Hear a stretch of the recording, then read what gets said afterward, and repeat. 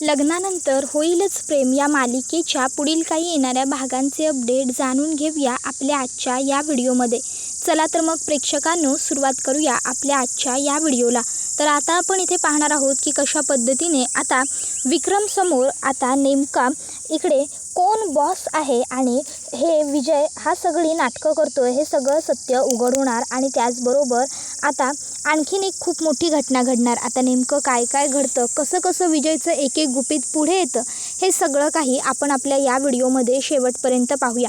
तर सध्या आता नंदिनी आणि काव्या ह्या दोघीजणी घरी येतात आणि घरी येऊन आता त्या ताबडतोब पार्थ आणि जीवाला सांगून टाकतात की आम्ही आज जेव्हा डॉक्टरकडनं घरी येत होतो तेव्हा रस्त्यामध्ये विजय एका माणसाबरोबर बोलत होता आणि तो माणूस त्याच्यावरती खूप मोठमोठ्याने ओरडत होता, म्हणजे जणू काही तो त्याचा मालक आहे वगैरे असं. त्याबरोबर हे सगळं ऐकून पार्थ आणि जीवा ह्या दोघांनाही जरा आश्चर्य वाटतं, पण नंदिनी आणि काव्य प्रेग्नंट आहेत, त्यांना फार टेन्शन यायला नको.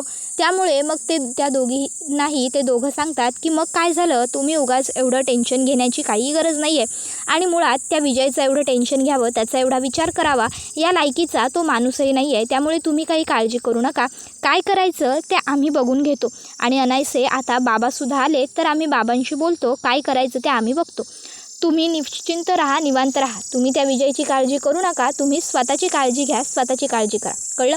मग त्यानंतर जीवा आता पार्थला सांगतो, दादा हे सगळं मला काही बरोबर वाटत नाही आहे, आपण ताबडतोब ह्या सर्व गोष्टी पहिल्या बाबांच्या कानावर घातल्या पाहिजे, मग पुढचं काय ते बघून घेऊ. मग लगेचच पार्थ म्हणतो, हो हो जीवा, तुझं अगदी बरोबर आहे. त्यानंतर जीवा आणि पार्थ दोघंही जण विक्रम काकांकडे येतात आणि विक्रमच्या कानावरती आता त्या सर्व गोष्टी जीवा आणि पार्थ घालत असतात. जीवा सांगत असतो, बाबा आज नंदिनी आणि काव्या ह्या दोघीजणी नंदिनीच्या रुटीन चेकअपसाठी गेल्या होत्या, त्यावेळी तिकडे येत असताना त्यांना बाहेर विजय एका माणसाबरोबर बोलताना दिसला. आणि म्हणजे मोठी महत्त्वाची घटना अशी की विजय हा त्या माणसाचं सगळं बोलणं निमूटपणे ऐकून घेत होता आणि तो माणूस विजयवरती मोठमोठ्या आवाजात ओरडत होता, विजयला 4 गोष्टी सुनवत होता. बाबा या विचाराने नंदिनी आणि काव्या आश्चर्यचकित झाल्यात आणि आम्हीसुद्धा. त्याबरोबर विक्रम म्हणतो, अरे तुम्हीच काय, मलाही आश्चर्य वाटलं आहे, पण हा नेमका कोण माणूस आहे हे आपण शोधून काढायला हवं. खरं म्हणायचं झालं तर हा विजय मला काही फार बरा माणूस वाटत नाही आहे, हा विजय जरा मला बनाव आणि बनेलच वाटतोय. त्यामुळे ह्या विजयवरती अगदी बारीक लक्ष ठेवायला हवं आहे आपण, अगदी व्यवस्थित. या विजयचं काय चाललं आहे, हा कोणाला भेटतो, कोणाशी बोलतो, काय करतो, प्रत्येक बारक्यातली बारीक गोष्ट व्यवस्थित बघा, निरखून पारखून लक्ष ठेवा. हा काय करतोय ना हे आपल्याला कळायला हवं, कारण शेवटी हा माणूस आपल्या घरामध्ये राहणार आहे. घरात नंदिनी आणि काव्या दोघीही जणी प्रेग्नंट आहेत, त्यामुळे त्यांना काही त्रास व्हायला नको आहे. घरामध्ये आपण तिघंही नसतो, आपण तिघं कामासाठी बाहेर जातो, घरात फक्त उरतात त्या बायका माणसं. त्यावेळी याने घरात असणं जर रिस्की असेल तर मग मात्र आपल्याला काहीतरी करावं लागेल. त्यामुळे त्याच्यावरती बारीक लक्ष ठेवा, नक्की तो कोण आहे, काय करतो, त्याचं काम काय आहे, ह्या सर्व गोष्टी अगदी व्यवस्थित बघा. प्रत्येक वेळी मॅट्रिमोनियम साईटवरती जे दिलेलं असतं ते सत्यच असतं असं नसतं. खरं तर आपण सर्व गोष्टींची पडताळणी केली असती, पण रम्यालाच एवढी घाई लागली होती की रम्या थेट त्याच्याशी लग्न करून मोकळी झाली. असो, आता त्या सगळ्याच्या बाबतीत तर आपण काही करू शकत नाही, पण कमीत कमी ज्या गोष्टी आपल्या हातात आहेत त्या गोष्टी तरी आपण व्यवस्थित बघायला हव्या. नंदिनी आणि काव्याला आपण सगळ्यांनी जास्त जपायला हवं. तुम्ही एक काम करा, तुम्ही व्यवस्थित त्याचा पाठलाग करा आणि बघा तो नेमका कोण आहे, काय आहे, त्याची ओळख काय आहे, तो कुठे काम करतो, काय काम करतो, अगदी बारक्यातली बारीक गोष्ट बघा. ऑफिसला जातोय सांगून तो कुठे जातो, कोणाशी बोलतो, कोणाला भेटतो, सगळं. त्यावर पार्थ आणि जीवा, हो बाबा आम्ही सगळं व्यवस्थित बघतो असं सांगतात. त्यावर विक्रम काका म्हणतात, आणि आणखीन एक सगळ्यात महत्त्वाची आणि मेन गोष्ट, दोघांनीही विसरायचं नाही, तुमच्या बायका प्रेग्नंट आहेत, त्यामुळे त्यांना ह्या सर्व गोष्टींची चाहूल लागणार नाही याची काळजी घ्या, कारण तुमच्या दोघांच्याही बायका खूप जास्त वैचारिक आहेत. उगाचच्या उगाच त्यांना जर आपण या सगळ्या गोष्टीच्या एवढ्या मुळाशी जातोय हे कळलं तर त्यांनाही टेन्शन येईल आणि त्याही या सर्व विचारांमध्ये मग्न होतील. आणि सध्या त्या दोघींचीही आपण सगळ्यांनीच काळजी घेतली पाहिजे. त्यांच्या डोक्यात अजिबातच भलते-सलते भरपूर विचार यायला नको आहेत. सध्या त्यांना आरामाची गरज आहे, सध्या आपण त्यांची काळजी घेण्याची त्यांना गरज आहे, त्यामुळे त्यांची जमेल तितकी जास्तीत जास्त काळजी घ्या. जर काही विजयबद्दल 19-20 वाटलं तर मला ताबडतोब कळवा. तसं तर आता मी नुकताच टूरवरून आलो आहे, त्यामुळे मी आहेच घरी. पण तरीही जरी मी कामासाठी कुठे बाहेर गेलो तरीसुद्धा मला कळवत राहा. ह्या 2-3 दिवसात आपण ह्या विजय प्रकरणाचा तिघं बाप बेटे मिळून छडा लावूनच टाकू. त्यावर जीवा म्हणतो, हो बाबा बरोबर आहे, मलासुद्धा काळजी वाटते हो. आणि त्यानंतर मग आता लगेचच इकडे जीवा आणि पार्थ हे दोघंही जण दुसऱ्या दिवशी विजयवरती लक्ष ठेवायला सुरुवात करतात. विजय सकाळी 8:30 वाजता ऑफिसला जाण्याच्या बहाण्याने घरातनं बाहेर पडतो. टिफिन वगैरे घेऊन विजय बाहेर पडलेला असतो. आता विजय लवकर निघाल्यावर जीवासुद्धा त्याच्या मागोमाग जात असतो. आता नंदिनीला तर माहीत नसतं की जीवा हा विजयचा पाठलाग करायला चालला आहे. मग नंदिनी जीवाला म्हणते, जीवा हो एवढ्या लवकरच तुम्ही कुठे निघालात? जीवा म्हणतो, काही नाही गं, माझं रस्त्यात थोडं काम आहे, त्यासाठी मी जरा बाहेर चाललो आहे. तू काळजी करू नकोस, मी येईन, हां लवकर येईन संध्याकाळी घरी, पण मला सध्या जाणं गरजेचं आहे. आणि मग तो तिकडनं निघतो. आता जीवा हा पटकन त्याच्या मागोमाग तिकडनं निघतो. आता विजय हा ऑफिसला जाण्याच्या नावाखाली बाहेर येऊन बसलेला असतो. आता तो कोणाची तरी वाट बघतोय हे जीवा लांबूनच ऑब्झर्व करत असतो. आता इतक्यात पार्थसुद्धा त्या ठिकाणी पोहोचतो. पार्थ जीवाला विचारतो, काय रे काय चाललं आहे? त्याबरोबर मग जीवा म्हणत असतो, काही नाही, कोणाची तरी हा वाट बघतोय असं वाटतंय. मग पार्थ म्हणतो, कोणाची? त्याबरोबर मग तो आता लगेचच म्हणत असतो की मलाही काही कळलं नाही आहे, आपण थांबूया बघूया. आणि मग आता ते दोघंजणं तिथे थांबून बघतात. पुन्हा तिकडे तोच माणूस येतो आणि तो ओरडत असतो, पण ह्यावेळी तो माणूस पाठमोरा उभा असतो, त्यामुळे जीवा आणि पार्थला त्याचं तोंड दिसत नाही. मग जीवा आणि पार्थ घरी येतात आणि विक्रमला सगळ्या काही गोष्टी सांगतात. आता विक्रम म्हणतो, आजही तो माणूस त्याला भेटायला आला होता आणि हा विजय गार्डनमध्ये बसून ऑफिसला जाण्याच्या नावाने टाईमपास करत होता.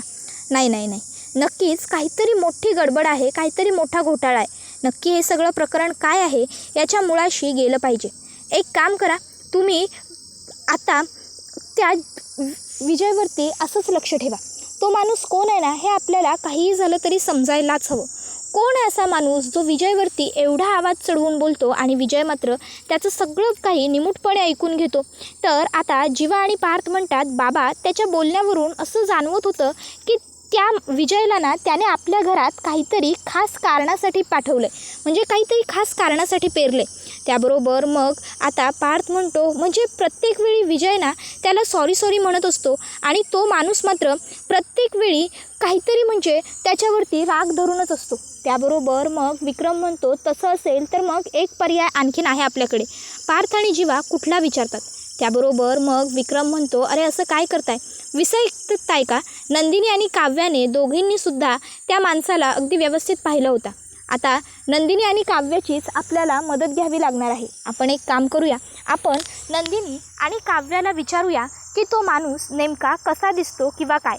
आपण जर नंदिनी आणि काव्याला विचारलं आणि मे बी जर त्यांच्या लक्षात असेल तर त्यांनी सांगितल्याप्रमाणे आपल्याला स्केच काढून घेता येईल.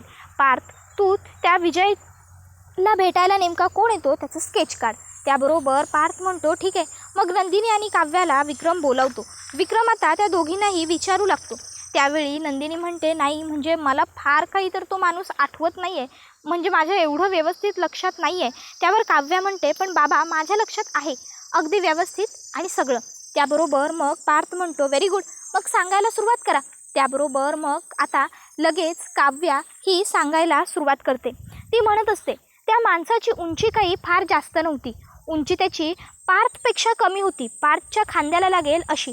आणि तो माणूस जाड होता, त्याचा चेहरा गोलाकार होता, केस जास्त पिकलेले नव्हते, काळेच होते, गाल असे गोबरे होते, डोळे जरा मोठे होते आणि गोल होते, नाक सरळच होतं आणि ओठांचा आकार हा असा होता. आणि मग पार्थला काव्या असं वर्णन सांगत जाते. पार्थ तसं स्केच काढत असतो. मध्ये काव्या पार्थला म्हणते, नाही हे असं नाही ते तसं. मग पार्थ तिथे रफ करत असतो आणि पुन्हा काव्य सांगत असते तसं काढत असतो. आता बघता पार्थचं स्केच काढून पूर्ण होतं. त्याबरोबर पार्थ विक्रमला म्हणतो, बाबा डन. त्याबरोबर मग आता काव्याला ते स्केच दिलं जातं. काव्याला पार्थ म्हणतो, काव्या अगदी व्यवस्थित नीट निरखून बघा बरं आणि सांगा, नक्की हा तोच माणूस आहे का? तो माणूस असाच दिसत होता का? त्याबरोबर आता काव्या ते स्केच हातामध्ये घेते आणि आठवायला लागते. आता काव्याला ताबडतोब लगेचच आठवू लागतं की तो माणूस कशा पद्धतीने विजयवर ओरडत होता. आता काव्या ते आठवत असते आणि मग 2 मिनिटांसाठी काव्या डोळे बंद करते. आता काव्याच्या समोर पुन्हा तेच दृश्य येतं. मूर्ख आहेस का तू? तुला अक्कल नाही आहे का? मी काय तुला रम्याबरोबर लग्न करून संसार करायला पाठवलं आहे का? मी तुला काय ध्येयासाठी पाठवलं आहे ते ध्येय तू विसरला आहेस का? त्याबरोबर मग आता विक्रम म्हणतो, काव्या बाळा, जर तुला नसेल आठवत तर सोडून दे. उगाच तू स्वतःच्या बुद्धीला जास्त त्रास देऊ नकोस. त्यावर काव्या म्हणते, नाही बाबा, आठवलं, हा तोच माणूस आहे. मग आता विक्रम म्हणतो, बघू मला ते स्केच. आणि मग आता विक्रम ताबडतोब ते स्केच स्वतःच्या हातामध्ये घेतो. ते स्केच बघून विक्रमला खूप मोठा धक्का बसतो. विक्रमच्या हातातलं स्केच खाली सरकतं आणि खाली पडतं. त्याबरोबर लगेचच आता मालिनी म्हणते, अहो बघू काय एवढं त्या स्केचमध्ये. आणि मग मालिनी ते स्केच बघते आणि विक्रमला विचारते, हे स्केच? त्यावर विक्रम म्हणतो, हा माणूस विजयला आपल्या घरात घेऊन येण्याच्या मागे आहे. त्यावर हे ऐकून मालिनी म्हणते, काय? हा माणूस? त्याबरोबर विक्रम म्हणतो, हो. त्याबरोबर आता मालिनीला सुद्धा हे ऐकून खूप मोठा आश्चर्याचा धक्का बसलेला असतो. मालिनीच्या हातातनं सुद्धा ते स्केच खाली पडतं. आता तोपर्यंत विजय हा घरी आलेला असतो. विजयचा आवाज येताच पार्थ, काव्या, जीवा, नंदिनी, विक्रम, मालिनी सगळेच जण पटकन हॉलमध्ये येतात. त्याबरोबर आता इकडे वसवत त्याही विजयला म्हणत असते, काय जावई बापू, अहो किती उशीर केलात संध्याकाळी घरी यायला. नवीन नवीन लग्न झालं आहे, जरा लवकर यायचं की कामातनं घरी. एवढं काय काम काम काम. त्याबरोबर विजय म्हणत असतो, अहो काय करणार सासूबाई, लवकर तर यायचं होतंच, पण कामच एवढं महत्त्वाचं होतं. नाही तर ॲक्च्युली काय झालं आहे, ऑलरेडी लग्नासाठी 1 दिवस आणि लग्न झाल्यानंतर 1 दिवस असे 2 दिवस मी सुट्ट्या घेतल्या होत्या ना. त्यामुळे मग खूप काही कामं पेंडिंगवरती राहिली होती. म्हणून मग विचार केला, आता अनायसे आज ऑफिसला आलोच आहे तर जरा कामांकडे लक्ष दिलं पाहिजे. म्हणून सगळीच कामं संपवायला घेतली. त्याबरोबर मग विक्रम म्हणत असतो, बाय द वे विजय, नक्की तुमचं ऑफिस आहे तरी कुठे? नाही म्हणजे तुम्ही तुमच्या ऑफिसबद्दल काही सांगितलं नाहीत. त्यावर रम्याच्यासुद्धा लक्षात येतं की हो, विजयने मलासुद्धा आम्ही जेव्हा भेटलो तेव्हासुद्धा काही सांगितलं नव्हतं आणि नंतरसुद्धा मला विजय त्याच्या ऑफिसबद्दल कधीच काही बोलला नाही. मग रम्यासुद्धा आता विजयला विचारू लागते, हो ॲक्च्युली विजय, मलासुद्धा काही माहीत नाही आहे तुझ्या ऑफिसबद्दल. नक्की खरोखर तुझं ऑफिस आहे कुठे? त्याबरोबर विजय म्हणतो, जाऊ देत ना, तुम्हा सगळ्यांना माझ्या ऑफिसजवळ काय घेणं देणं. तसंही माझ्या ऑफिसबद्दलच्या गोष्टी जाणून घेऊन तुम्ही काय करणार आहात, तुम्हाला काय उपयोग होणार आहे? त्यावर रम्या म्हणते, नाही तसं काही नाही आहे, पण तरीही एक सहजच आपलं एक क्युरॉसिटी म्हणून विचारावंसं वाटलं म्हणून विचारलं, कुठे आहे तुझं ऑफिस? त्याबरोबर मग लगेचच विजय म्हणू लागतो, मी दमून आलो आहे खूप, मला जरा आराम करायला हवा. टिफिनसुद्धा मी नेला होता पण तो एका गरजूला दिला मी. त्याबरोबर काव्या म्हणते, ओ अच्छा, गरजूला दिलात का? बघा याच्यासाठीच हवा आहे तुमच्या ऑफिसचा पत्ता. त्यावर विजय म्हणतो, काय? त्यावर काव्या म्हणते, अहो हो, म्हणजे बघा आता तुम्ही तर तुमचा डबा एका गरजू माणसाला दिलात, पण माझा नवरा पार्थ, अहो तुम्हाला काय सांगू विजय जिजू, पार्थ ना वरचेवर सतत डब्बा घरी विसरून जात असतात. मग मला त्यांच्या ऑफिसचा ॲड्रेस माहीत आहे ना. मग मी काय करते माहिती आहे, मी ताबडतोब ऑफिसला त्यांच्यासाठी गरम गरम जेवणाचा डबा घेऊन जाते आणि कधी कधी तर माझ्या हातानेच आवडीने त्यांना भरवते सुद्धा. मग तसंच जर तुम्ही पत्ता सांगितलात तर आमची रम्याही येईलच की तुमच्यासाठी डबा घेऊन, काय ग रम्या? त्याबरोबर मग नंदिनी म्हणते, आणि तसंही तुमच्या ऑफिसमध्ये जर आमची सगळ्यांची ओळख झाली तर तेवढंच तुमचं रिलेशन आमचं रिलेशन आणखीन घट्ट होईलच, पण त्याचबरोबर तुमच्या ऑफिसमधली काही माणसं आणि बाबांच्या जीवांच्या ऑफिसमधली माणसं यांचीसुद्धा ओळख होईल आणि कामातही काहीतरी मला वाटतं मदत होईलच की तुमची एकमेकांना. तसंही तुम्ही सगळे तर एकाच लाईनला आहात ना, काय? म्हणून म्हणते ओळख वाढायला हवी.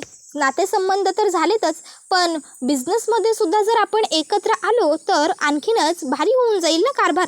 म्हणून त्याबरोबर आता तिने हे असं म्हटल्यावर मग मात्र काय करायचं हे त्याला सुचत नाही.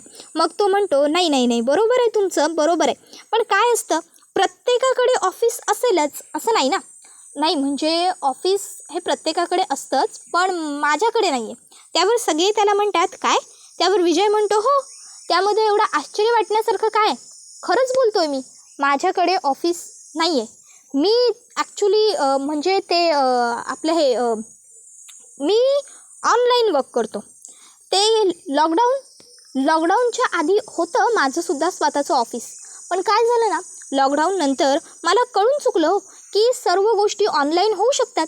मग कशाला उगाच ऑफिसचं भाडं भरा, ऑफिसची बिलं भरा, लाईट बिल वगैरे मेंटेनन्स सगळं माहिती आहे ना तुम्हाला सगळ्यांना. तर म्हणून मी सगळं ऑनलाईनच शिफ्ट केलं. त्याबरोबर आता हे जे काही विजय बोलत असतो ते सगळं कोणालाच पटत नसतं, पण कोणी त्याला काही बोलत नाही. स्पेशली रम्यालासुद्धा हे सगळं पटलेलं नसतं. मग रम्या म्हणते, बरं झाल्या असतील तुम्हा सगळ्यांच्या चौकशा करून, तर मी आणि माझा नवरा आता आमच्या खोलीमध्ये जाऊ शकतो का? नाही, कारण काय आहे ना, जसं तुमचे नवरे दमून आल्यावर त्यांना आरामाची गरज असते, तसाच माझा नवरासुद्धा दमून आला आहे आणि त्यालासुद्धा आरामाची गरज आहेच. मी आले. विजय चल तू रूममध्ये. आणि मग रम्या विजयला घेऊन रूममध्ये जाते. आता रूममध्ये येऊन रम्या ही विजयला म्हणत असते, विजय तुझं ऑफिस नाही आहे? मग तुझे आई बाबा आणि तुम्ही सगळे खोटं बोललात माझ्याशी. तुम्ही सगळ्यांनी मिळून मला फसवलं आहेत. विजय तू काय म्हणाला होतास आठवत आहे ना तुला, की तुझं खूप मोठं ऑफिस आहे, तुझा खूप मोठा कारोबार आहे. पण मग जर तुझं एवढं मोठा ऑफिस नाहीच आहे, तुझा काही कारभार नाहीच आहे, तर तू मला खोटं का सांगितलंस की तू खूप मोठा बिझनेसमन आहेस वगैरे वगैरे? तुला माझ्याशी खोटं बोलून काय मिळालं? तू मला सगळं काही खरं सांगायला हवं होतंस. तूच मला म्हणाला होतास ना की आपल्या रिलेशनमध्ये काही लपवाछपवी नाही आहे, काही फसवाफसवी नाही आहे, आपल्या रिलेशनमध्ये सगळी काही ट्रान्सपरन्सी आहे म्हणून. त्यावर विजय म्हणतो, हो म्हटलं होतं की मी तुला आपल्या रिलेशनमध्ये ट्रान्सपरन्सी आहे म्हणून, आणि आहेच की ट्रान्सपरन्सी. मी कुठे तुला फसवलं आहे?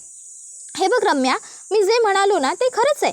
माझं ऑफिस आहे नाही होतं लॉकडाऊनच्या आधी, खाली सांगितलं ना मी सगळ्यांच्या समोर. आणि ऑफिस नसल्याने एवढा मोठा काय फरक पडतो? ऑफिस नसल्यामुळे मी माझे गुण किंवा माणूस म्हणून असलेलं माझं व्यक्तिमत्व यामध्ये काही फरक पडणार आहे का? नाही ना.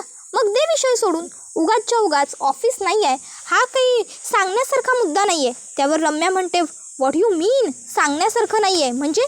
त्यावर विजय म्हणतो, रम्या उगाचच्या उगाच तू नको त्या गोष्टीवरती इश्यू करतेस. मला वाटतं की तू ह्या गोष्टीचा विचार जरा जास्त करतेस, त्यामुळे तुला आणखीन मनामध्ये टेन्शन होत चाललं आहे. त्यापेक्षा तू विचार करणंच सोडून दे, मग बघ तुला टेन्शनही येणार नाही. आणि तसंही ऑफिस नसल्याने काहीच फरक पडत नाही. माझं कुठलं काम थोडी ना अडतं आहे. माझी कामं तर व्यवस्थित सुरळीत सुरू आहेत, सगळं काम सुरळीत होत आहे. त्याबरोबर रम्या म्हणत असते, नाही तुझी कामं होत आहेत रे विजय सुरळीत, तुला फरक पडत नाही पण मला फरक पडतो. तू माझ्याबरोबर एवढी मोठी गोष्ट खोटी बोलला आहेस, तू माझी एवढी मोठी फसवणूक केली आहेस, हे मी कसं विसरू विजय? हे बघ विजय, तुला वाटत असेल की ही गोष्ट छोटी आहे, पण माझ्यासाठी ही गोष्ट अजिबात छोटी नाही आहे की तुझं काहीही ऑफिस वगैरे नाही आहे आणि तू एवढे दिवस माझी फसवणूक करत होतास. कळलं तुला? नक्की सांग मला विजय, अजून तू माझ्यापासून काय काय लपवलं आहेस? काय काय खोटं बोलतो आहेस तू माझ्याशी? नाही, ही एवढी मोठी गोष्ट जर माझ्यापासून तू लपवू शकतोस, तर ना जाणो आणखीन तू माझ्यापासून काय काय लपवू शकतोस, आणखीन तू माझ्याशी किती आणि कुठल्या पद्धतीचं खोटं बोलू शकतोस. विजय मला विश्वास होत नाही आहे की तू माझ्याशी एवढं मोठं खोटं बोलू शकतोस. अरे आयुष्यभर एकत्र राहायचं आपल्याला असं म्हणाला होतास ना तू. आता विजयचाही आवाज वाढतो आणि तू सुद्धा माझ्याशी खोटं वागलीच होतीस की हे लग्न वगैरे सगळं खोटंच आहे ना, मग मी तरी तुझ्याशी सगळं खरं का बोलू वगैरे वगैरे आता बोलू लागतो. दोघांमध्ये चांगलं कडाक्याचं भांडण होतं. तर दुसऱ्या बाजूला इकडे मालिनी काकू ह्यांनी तो फोटो बघितल्यानंतर त्या घाबरलेल्या असतात, त्या काळजीत असतात. त्यामुळे आता त्या नंदिनी, काव्या, जीवा आणि पार्थ चौघांनाही सांगत असतात की तुम्ही चौघांनीही एकमेकांची काळजी घ्या. स्पेशली नंदिनी आणि काव्या, तुम्ही तर एकमेकीला खास करून जपा आणि दोघींनीही कोणालाही न घेता अजिबात एकट्यांनी घराच्या बाहेर पडायचं नाही. सोबत बाहेर पडताना जीवाला, पार्थला घ्यायचं आणि जर ते दोघं अवेलेबल नसतील तर तेवढ्यापुरतं बाहेर जाणं टाळायचं, नाहीतर मला बरोबर घ्यायचं. दोघींनीही अजिबात कुठलीही हाईघाई करायची नाही. दवाखान्यात जरी जायचं असलं तरी आमच्या बरोबर जायचं आणि त्या विजयपासून जमेल तितकं लांब राहायचं. त्या विजयने काही खायला वगैरे आणलं तरी पटकन ते खायचं नाही. लक्षात ठेवा. नंदिनी, काव्या, खूप वर्षांनंतर आपल्या घरात असा आनंदाचा क्षण आला आहे. तुम्हाला माहिती आहे, युगनंतर ह्या घरात पाळणा चाललेला नाही आहे, पण आता या घरामध्ये पुन्हा आनंद आला आहे तुम्हा दोघींमुळे, तुम्हा दोघींच्या रूपाने. त्यामुळे आता ह्या आनंदाला कोणाची दृष्ट लागू नये एवढंच मला वाटतं. नंदिनी, काव्या, जीवा, पार्थ चौघंही मालिनी काकूंना म्हणतात, तुम्ही इतकी काळजी नका करू, आम्ही घेऊ व्यवस्थित काळजी आणि तुम्ही सांगितलेल्या सर्व गोष्टी फॉलो करू. त्याबरोबर हा व्हिडिओ इथेच संपतो. व्हिडिओ आवडला असेल तर व्हिडिओला लाईक करा, चॅनलवर नवीन असाल तर चॅनलला सबस्क्राईब करा आणि बेल आयकॉन आठवणीने प्रेस करा, जेणेकरून तुम्हाला पुढच्या प्रत्येक व्हिडिओचं नोटिफिकेशन मिळत जाईल आणि सर्व व्हिडिओंचा आनंद हा अगदी उत्तम पद्धतीने घेता येईल. चला तर मग प्रेक्षकांनो, आजच्या पुरतं इथेच थांबूया. टाटा, बाय बाय, धन्यवाद, take care all of you.